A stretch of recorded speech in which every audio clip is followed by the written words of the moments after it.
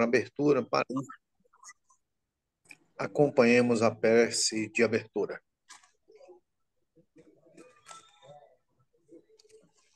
Ó eterno e supremo Criador de todas as coisas existentes no reino universal, cujo poder suplanta todos os poderes, cuja força é a coluna que sustenta o grande e poderoso templo das leis.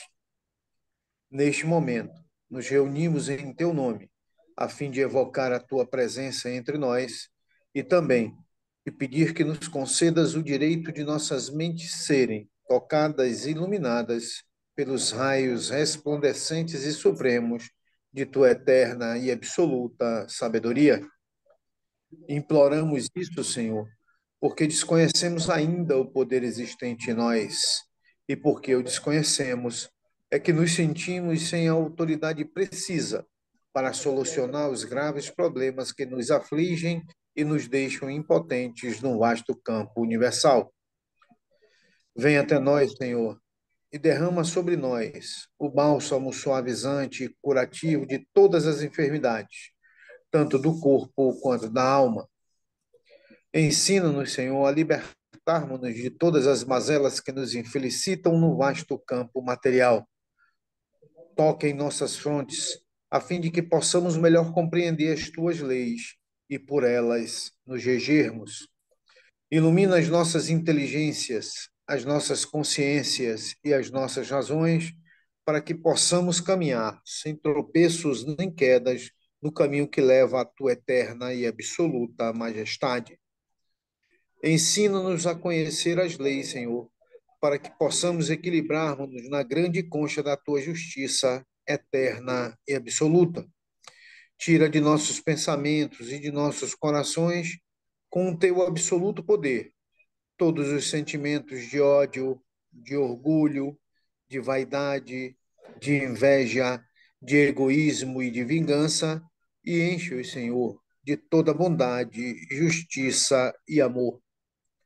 Ó Supremo Criador Universal, venha até nós neste momento em que estamos reunidos em teu santo nome e conduza-nos, Senhor, pelo verdadeiro caminho do bem, para que futuramente as nossas almas buriladas pelas leis, escoimadas pelos direitos morais, possam atingir, através da longa jornada das encarnações, ao teu reino de paz, de harmonia, de amor, de verdade e de justiça. Confiamos, pois, ó Senhor de todas as coisas, da tua presença entre nós, e temos plena certeza de que, ao nos retirarmos deste tempo, obra do teu supremo poder, estaremos curados, completamente curados de todos os males que nos infelicitam, quer na parte material, quer na parte espiritual.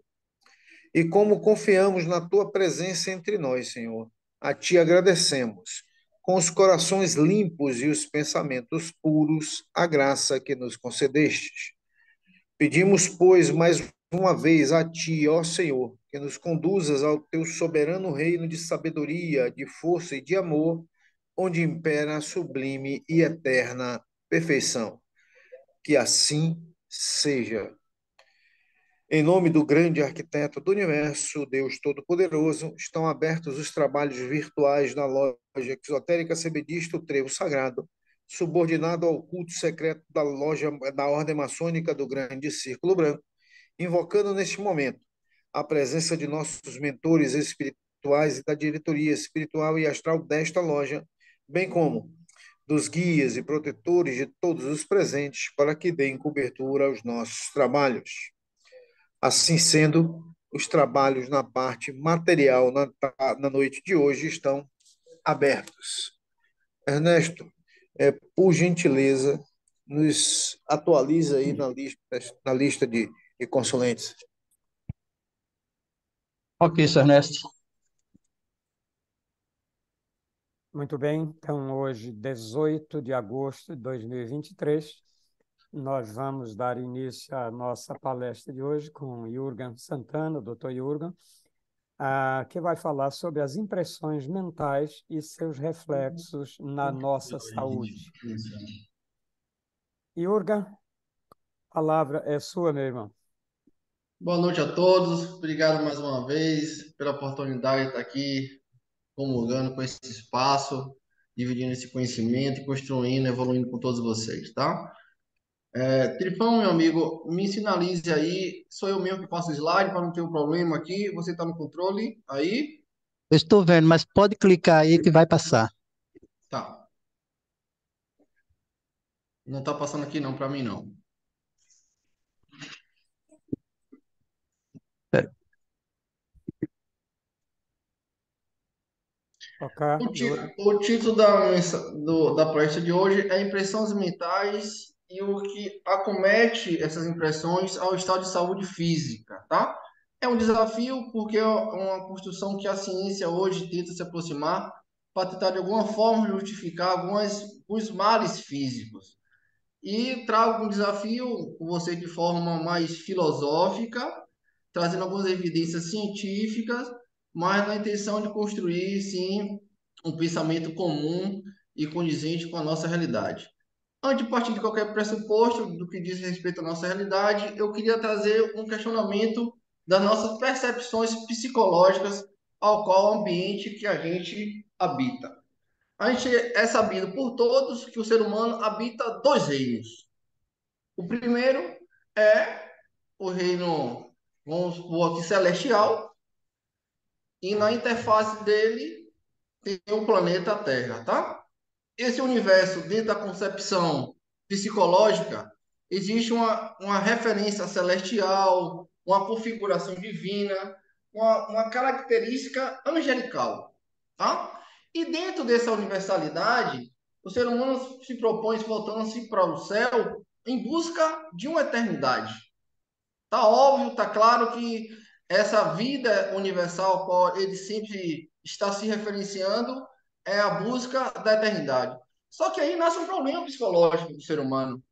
E aí ele busca a fragmentação dessa eternidade pela sua limitação psíquica. E aí o que acontece? Ele fragmenta essa eternidade e, consequentemente, vai criando as suas temporalidades.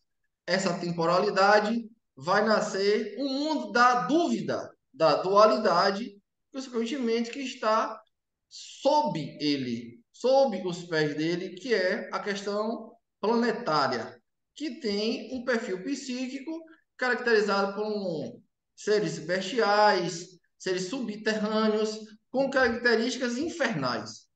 E aí ele fica nesse meio termo, entre o universo e a Terra. Ele fica na influência, na confluência dos mundos. Ele fica como se tivesse o operário desses reinos. Ele fica operando essas duas forças, que é a celestial e a infernal. E aí, como ele lida com isso? Essa localização ao qual ele fica influente, influenciado e influenciador. Sabemos que quando ele chegou aqui, existia potencialidade na natureza, certo? São forças primordiais. Não é que veio com ele. Aqui ele estando já estava no planeta Terra. A força já estava aqui, a inveja já estava aqui, a cólera já estava aqui, o orgulho já estava aqui, a preguiça já estava no planeta. Não veio com ele, não veio com ele. Já estava operando dentro desse universo do planeta essas forças primordiais. E aí, como se fazer? O que se fazer diante desse contexto? Ele precisa lapidar essa questão. Já que deu ser um operário, ele fica operando entre essas duas dimensões para alcançar essa questão de trindade dele, ok? E aí ele sofre, obviamente, influência celestial e influências infernais. Agora, como é que ele lida com isso? Sofre influências celestiais e sofre influências infernais, tá? Ele recebe, interpreta e lança. Recebe essas influências, tá? Interpreta com sua subjetividade, traduz isso e externaliza isso em ações. Um exemplo. Vamos falar aqui, já que está falando de universalidade, eu quero citar uma lei chamada Lei de Liberdade. A gente sabe que a definição que se chama lei de liberdade é precedida dos deveres para depois vir os direitos. Quando os seres humanos começam a viver olhando primeiro seus deveres para consigo, ele está voltado a olhar para o eterno. Mas quando ele só olha o direito, ele não é livre, ele fica refém dos prazeres dele, ele está olhando para baixo. Tem uma frasezinha que eu gosto muito de ouvir assim: o ser humano é um Deus olhando para baixo, porque se envergonha de olhar para o sol, o caminho da verdade, porque ainda ele está subterrâneo. E aí ele fica nessa dicotomia. Mas, senhores, eu não quero trazer nenhum debate moralista do que é melhor ser celestial, ser terrestre, ser universal ou ser bestial, ser luz ou ser sombra. Mas sabemos que os dois fazem os seus papéis. Há sempre um atrito entre a luz e a sombra, só com um objetivo: para que no homem seja feita a consciência. A luz precisa da sombra para se destacar e a sombra precisa da luz para se revelar. É como se fosse um jogo entre o inconsciente e o consciente. A vida pulsa e exige a consciência. Enquanto isso, usa-se da inconsciência para poder sobrevalecer-se. Então, repito, está todo mundo fazendo seu papel, só que o homem tem que receber essas vibrações e fazer as traduções da forma correta. E saber qual é seu papel nesse jogo chamado vida. Quais são as leis que me revelam? O que eu vim fazer aqui? Para quê? Como viver? Para onde eu vou? Qual o sentido existencial? Eu só consigo fazer isso quando eu percebo essa radiação, nesse movimento ao qual eu passo, e eu vou fazendo as traduções certas. Agora, sabendo-se tudo isso, por que o homem ainda não faz? O que é que leva o homem a levar tanto conceito e ainda estar subjugado a um sentido maior de vida? Espero que no final da palestra a gente consiga ter essa resposta coletivamente, para que a gente tenha consciência, além da nossa localização, entre esse espaço, entre esses dois reinos, para saber qual é o nosso sentido de vida. Para a gente poder, de alguma forma, no meio, ter o direcionamento correto. Não somente ter a velocidade certa, ter o direcionamento correto para ter um sentido plausível. E aí a gente sabe que a vida tem seus caminhos. E aí passa seus interregnos, dúvidas, preceitos, questionamentos. Mas eu trago aqui uma construção de perceptividade para a gente poder melhor se construir, tá?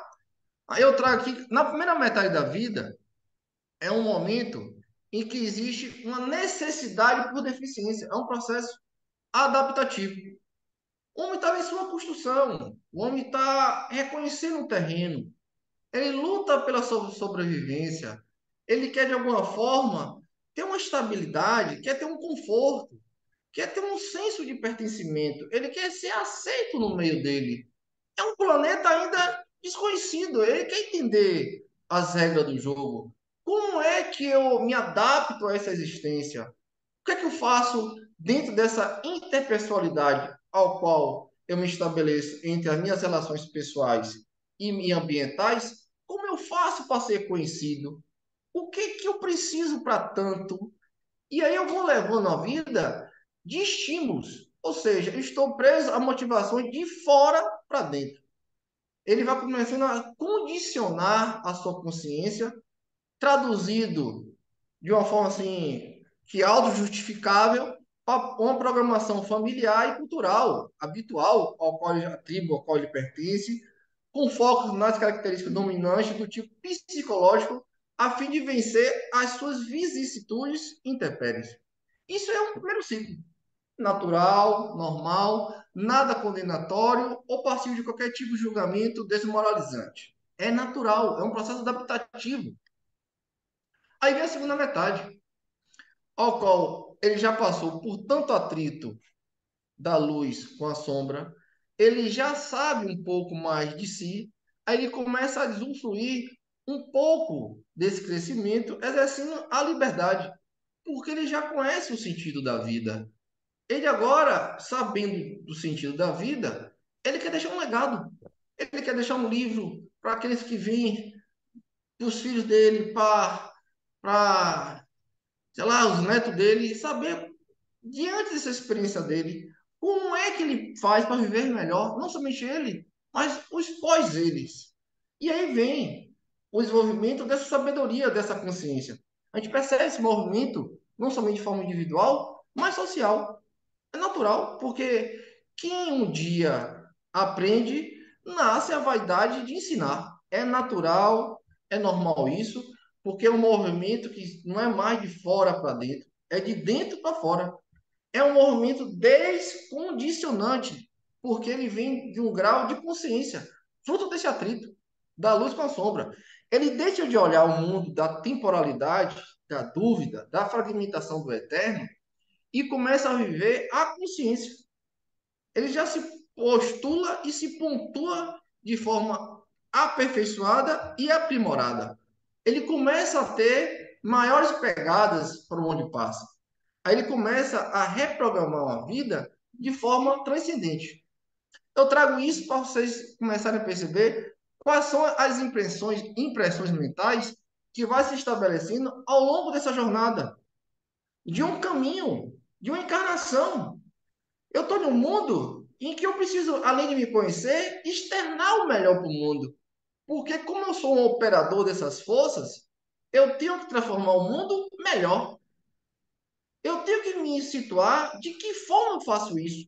E como eu venho fazendo isso. E como eu torno o mundo melhor. Sinergizando todas essas forças em mim. Seja ela vícios em virtude, potencializando ela em crescimento universal. Porque é assim que o homem tem que viver, olhando de forma universalidade, espiritualidade, neutralidade. E assim vai ascendendo as forças planetárias. E aí, como é esse processo de crescimento que faz com que o homem se auto-perceba? É natural. Nas primeiras fases, existe uma necessidade fisiológica, tá? Eu vou expor uma pirâmide para vocês em que essa base é crucial. Essa base fisiológica é um garantidor mínimo de subsistência, de saúde, seja ela sanitária, seja ela alimentar, seja ela minimamente com a garantia de um sono adequado, uma congruência adaptativa. Se eu sou um corpo, se eu sou um espírito, usando essas vestes humanas em um planeta que precisa estar mais aprimorado, eu tenho que reconhecer minhas necessidades fisiológicas. O que eu preciso para me estabelecer? O que é que o meu organismo fisiologicamente exige de mim? Dormir bem, comer bem, me hidratar bem. São as três coisas que a gente precisa. E ter as garantias fitossanitárias adequadas, de higiene e tudo mais.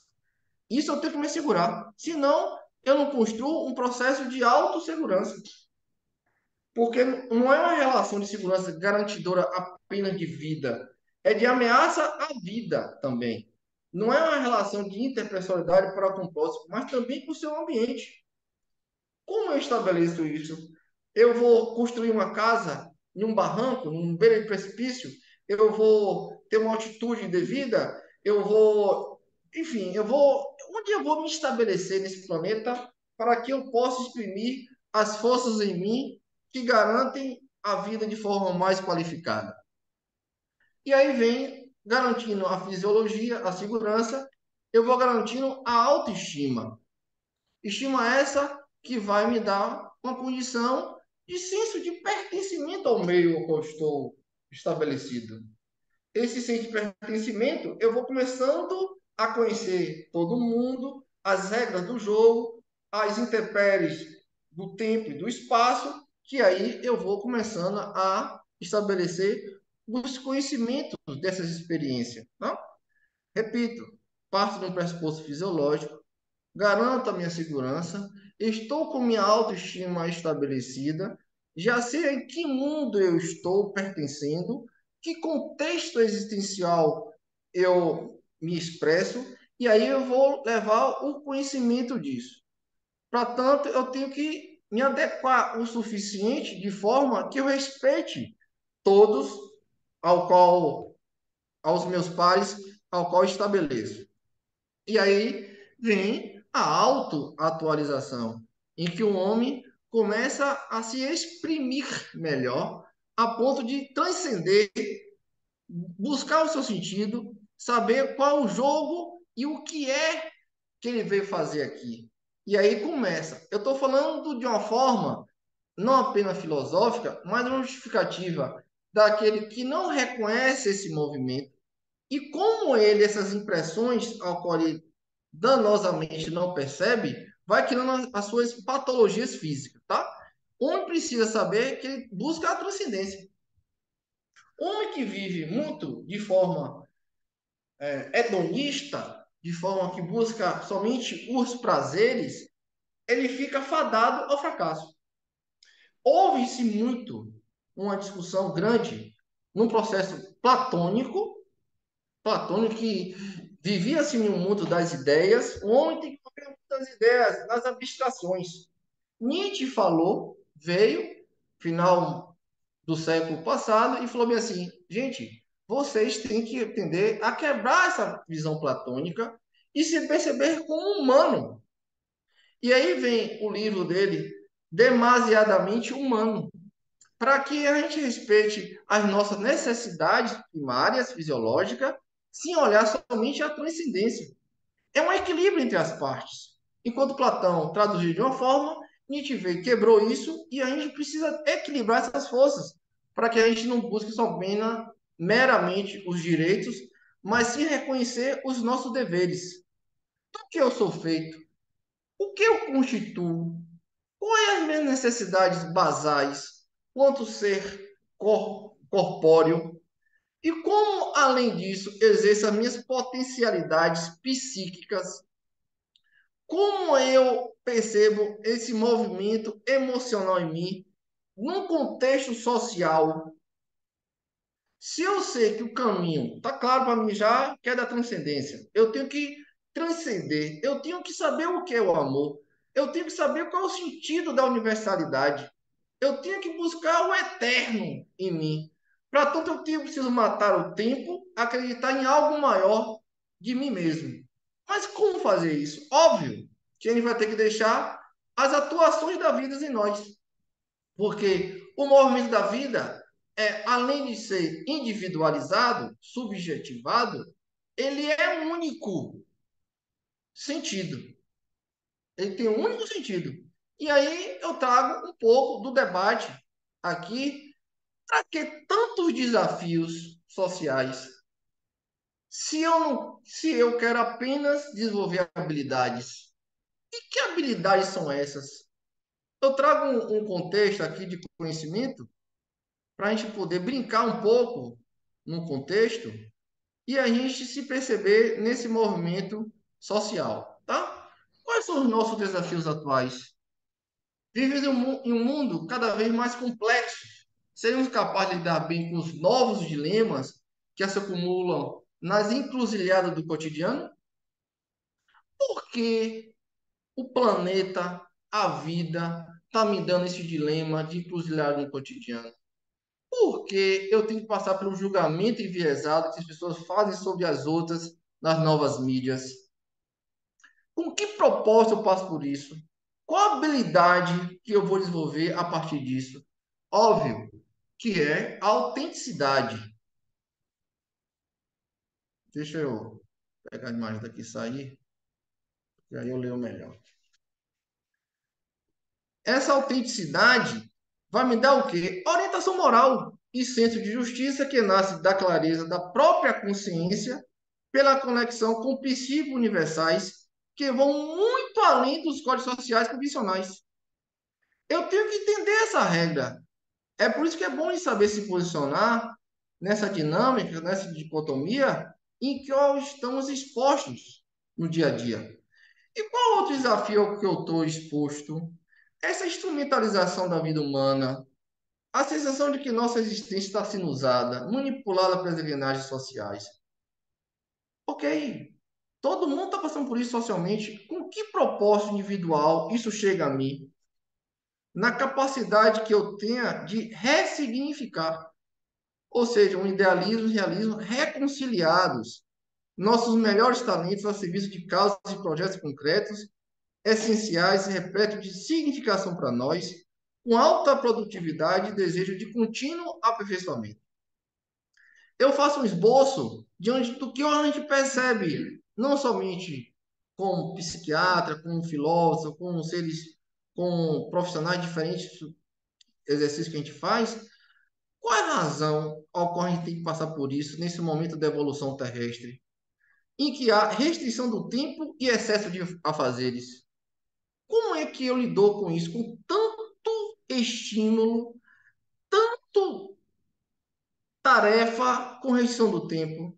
Eu tenho que começar a canalizar a minha potencialidade de ser essencialista, uma coragem para reduzir os projetos de vida ao estritamente essencial, aprendendo a evitar a sobrecarga gerada pelos excessos conscientes e inconscientes do ego.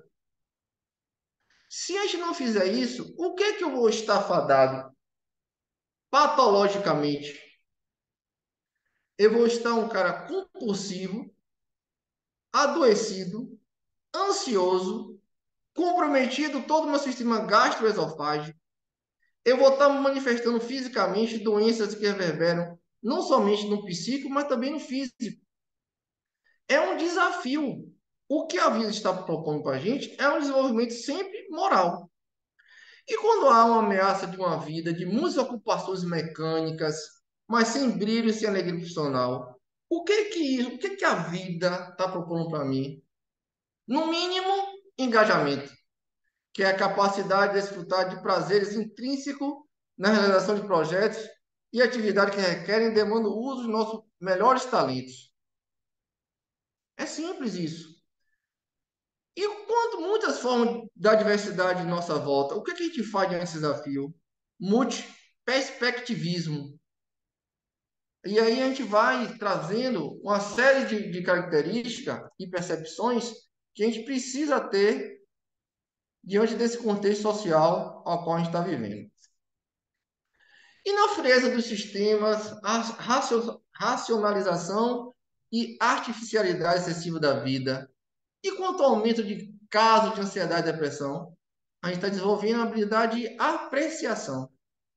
E quando há ritmo muito acelerado de mudança, as incertezas econômicas, políticas do nosso tempo, sentimento de vazio que nos assombra muito no dia a dia, tanto movimento de discussão, a fluidez do mundo líquido, esse momento que a gente está vivendo, em que não há mais guerra por território, busca de poder, mas sim fundamentação ideológica. A gente não está mais brigando por nada, não material, a gente está brigando por posicionamento ideológico. A gente está buscando a transcendência. Nessa transcendência, a gente vai buscar, no mínimo, uma identidade. Na época de Freud, a gente discutia sexualidade. Em nossos tempos, a gente está em busca da identidade. O que realmente nós somos? Verdadeiramente nós somos. E aí eu trago um contexto diante desse fato da localização, da justificativa por que a gente não fez isso ainda. Essa autoobservação e autoconstrução dessa universalidade. Como isso se manifesta em mim? Eu trouxe alguns exemplos aí, tá, senhores? Que é, enquanto eu estiver sendo orgulhoso, não trazendo para mim o suficiente da capacidade de reflexão sobre a vida, para que com isso eu desenvolva a fortaleza, eu vou estar cometendo que tipo de doença? Doença que ocasiona cavidade bucal, a faringe, esôfago, intestino delgado, grosso, vesícula, fígado e pâncreas, tá? E existem as glândulas também correspondentes. Eu botei o despertador aqui para não passar do tempo. E quando eu tenho uma doença que a gente está vendo muito aí na mídia, a Bahia ser o principal estado em violência. Vamos discutir um pouco da cólera. São povos hoje que está precisando desenvolver uma virtude temperante. Imagine, a Terra está com cólera e o universo precisa estar ensinando a gente a olhar a capacidade de temperança. E quando a gente não tiver a capacidade de concentração diante disso, qual a doença que eu vou ter? Mais cardiovascular. É por isso que o índice de infarto é altíssimo. Uma pessoa colérica é uma pessoa fadada a um infarto. Eu vi na oração inicial nosso irmão Ernesto falando de um irmão que está com problema respiratório. Tem que buscar um pouco, reconhecer o que é que houve na vida dele, no ponto na linha 5. Foi uma pessoa que ao longo da sua vida comprometeu uma percepção de que grau, de que forma, para cometer esse problema hoje pulmonar.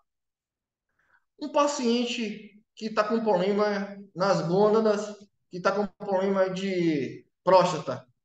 É um paciente que chega na idade dos 50, 60 anos, deixa de ser produtivo e passa a ser um exercício da preguiça. E aí, óbvio que vai ter uma doença benigna ali associada. Porque quando o homem anda, a fricção prostática não é problema de próstata. Ele é um paciente que está preguiçoso, vai ser caridoso, vai trabalhar de outra forma. Não somente daquela forma, seja ela professor, taxista, vaqueiro, juiz, advogado, vai exercer a caridade de outra forma. Não precisa ser somente da lei de trabalho específica, a qual ao longo dos anos, 30 anos, você exerceu, não. Qual o problema? É por isso que quando a gente se aposenta, me cansei de trabalhar, vou ficar em casa. Problema de próstata. Então, é a forma como eu me percebo. Esses acometimentos físicos são diretamente proporcional, vou repetir, diretamente proporcional ao problema psíquico. Porque nada chega no corpo sem passar pelas emoções antes. E essas emoções são condicionadas ao nosso nível moral.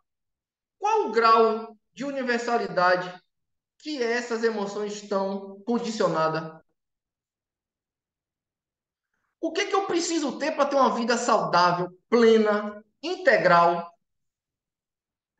Que ponto de vista eu errei que eu não me entreguei o suficiente à vida para não reconhecer em mim a minha capacidade de desenvolver as minhas potencialidades citadas aqui anteriormente, seja de autenticidade, ressignificação, essencialismo, engajamento, multiperspectivismo, apreciação e transcendência. Onde foi que, no momento da minha vida, eu me equivoquei por me subjugar o suficiente de olhar para baixo e me perceber em um mundo dualístico que vive somente de prazeres, de forma tola, bestial, subterrânea, infernais. E não me vi de forma espiritualizada, de forma angelical, de forma divina, que eu me subjuguei minhas forças, comprometi todos os meus chakras, o suficiente de manifestar em mim doenças diversas no que diz respeito ao meu corpo físico. Aí eu comprometo, diante desse contexto, meus elementares, que guarda no seu âmago, nas cavidades genéticas, o suficiente de fazer um movimento. Aqui vou trazer um pouco mais de física quântica, tá? No movimento de desencarnar, um movimento centrífugo, para que na reencarnação seja centrípeto. E aí recondicione todas essas energias ao qual eu não evoluí no meu processo encarnatório. E aí eu manifesto, não, eu vou ser um alcoólatra. Um alcoólatra que tem problemas diversos a ponto de comprometer seu fígado. Ou seja, um paciente que nunca teve condições de discernir a respeito do comprometimento do seu orgulho. Eu bebo porque eu gosto, porque eu sou uma pessoa ansiosa, eu não reflito a vida, eu bebo de forma desproporcional. Aí o que acontece? O fígado dele, o intestino delgado, vai vir com problema. Está impregnado. Está impregnado. Está bem claro isso, porque é uma força adaptativa. Tem as suas percepções instintivas. Então, senhores, meus irmãos, só quero trazer esse debate e uma construção de que nós somos diretamente, num ponto de vista físico, reflexo do grau psíquico ao qual eu percebo a vida. Existe uma filosofia chamada Demiurgo, que Platão também trouxe isso, que quanto mais eu amplio a minha perceptividade de forma adequada da vida, mais luz eu vou ter. Ou seja, eu deixo de olhar para a sombra de forma dualística e me universalizo. Mas, para tanto, eu me conceber um operário dessas duas forças, para que em mim seja uma trindade manifesta. Assim, eu vou ter nas minhas impressões mentais de forma adequada, alinhada e construtiva um objetivo da vida. Para tanto, desenvolvimento de consciência. Acho que acabei no tempo hoje, meu irmão Ernesto. Falei 27 minutos. Obrigado, Jurgen. Eu Hoje você correu um pouquinho para poder dar conta, né? É um conteúdo muito vasto, que requer É, muito debate. Eu tentei condensar, falei um pouco dos slides, mas é uma palestra assim que posso repetir quando a gente voltar de forma presencial, que eu dure aí 2 horas de palestrando, para a gente dar exemplo, construir de forma mais edificada e consolidada todos esses conceitos, tá? de qualquer modo, Jurgen, e todos os participantes, esse material tá todo vai ficar todo no YouTube. Como ele teve de falar um pouco mais rápido e não daquele quadro de 7 elementos, ele apenas pinçou alguns, mas vocês podem estudá-los individualmente e, na dúvida, Jürgen estará sempre à disposição para uma resposta via Zap ou outro meio, tá certo? Então, gratidão, Jürgen. Gratidão mesmo, material de muito boa qualidade para nossas reflexões. Obrigado a vocês, meus irmãos. Bem, vamos. Pelo olhar de Pacheco, eu acho que ele vai fazer alguma pergunta aí agora. Ainda não. Deixa a gente fechar primeiro essa parte do trabalho, para depois abrir, então, o debate, tá certo? Então, meus irmãos, nós vamos fechar para que a espiritualidade possa ser liberada para outras atividades, enquanto nós, então, vamos ficar debatendo aí até 9 horas com Jürgen sobre esse material. Então, vamos elevar os nossos pensamentos ao grande arquiteto do universo, dizendo-lhe assim: nós te agradecemos, ó Senhor, Criador e Dominador de todas as coisas, por ter desatendido ao nosso chamado e derramado sobre nós o teu bálsamo suavizante e curativo de todas as enfermidades. Enchestes o nosso ser de teu santo poder e de tua eterna sabedoria. Conservai-a em nós, Senhor, e sempre nos façais dignos dela, até o dia de nossa eterna perfeição. Que assim seja. E assim, em nome de Deus Todo-Poderoso, o grande arquiteto do universo, está encerrada essa fase da sessão virtual da loja exotérica sebedista do Trevo Sagrado, subordinada ao culto secreto da Ordem Maçônica do Grande Círculo Branco, agradecendo aos nossos mentores espirituais, à diretoria desta loja e aos nossos guias protetores da assistência que nos concederam e que continuarão conosco até o final definitivo dos nossos trabalhos. Até a próxima semana, se assim Deus o permitir. Muito bem, então